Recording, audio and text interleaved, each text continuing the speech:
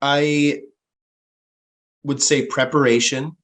Make sure the client is adequately prepared.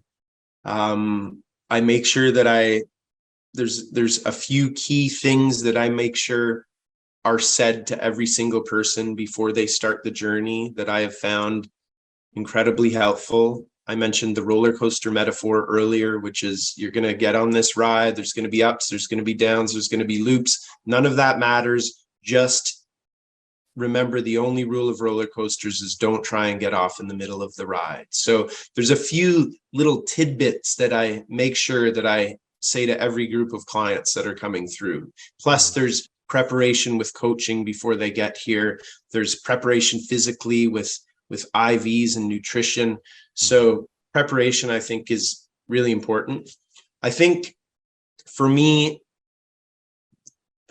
make sure I get enough medicine in the person, and then just let the medicine do the work. I try not to have too much ego involved in the actual ceremony. It's really, and this is one of the things that comes with working with ibogaine in particular, is it's really an inward journey. There's a blindfold on, there's music playing, there's generally up to 5 people in the room, the way we're working with the protocol right now, but it's deep inner work.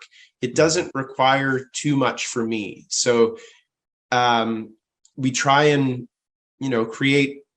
create space to just do non-directive healing. Just let the medicine do that. So hold space properly through getting out of the way, keeping the area very completely safe, but then getting out of the way.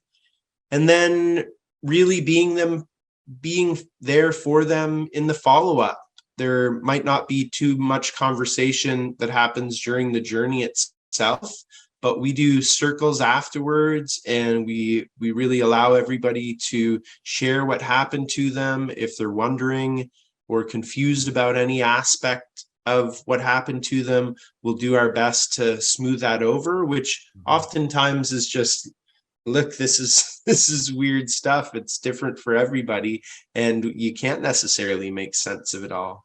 So I think, just reflecting on what we're doing down here that works, I think those would be the 3 things: is just preparation, kind of non-directive space holding, and then really being there for them in the follow-up. I tongue-in-cheek joke with the people down here that on treatment night, it's my job to make sure I get you high enough. And we do milligrams per kilogram of body weight is how we dose ibogaine, and we spread that out generally across 4 doses. It's taken orally in a pill. And then after an hour or 2, I will start checking in to see if they feel the medicine. I'll just kind of whisper, say, hey, you feel that medicine pretty strongly? And there's either an affirmative or a negative. And if it's a negative, I'll often ask them to get up and walk to the bathroom and just maybe move the system around a little bit, and then check in with them after another 15 minutes or so. And if I feel the need to, I'll give a booster dose. And generally just another small booster dose is what it takes to make sure that we get them there. Because people have a lot of hopes riding on an experience like this. They've invested a lot in being able to come down here. So I want to make sure that, if I'll generally leave around midnight and leave my medical team and perhaps another ibogaine provider there to be with them, but I don't want to come in the next morning and hear, I didn't really experience it. So I just make sure that they're getting their money's worth, as it were.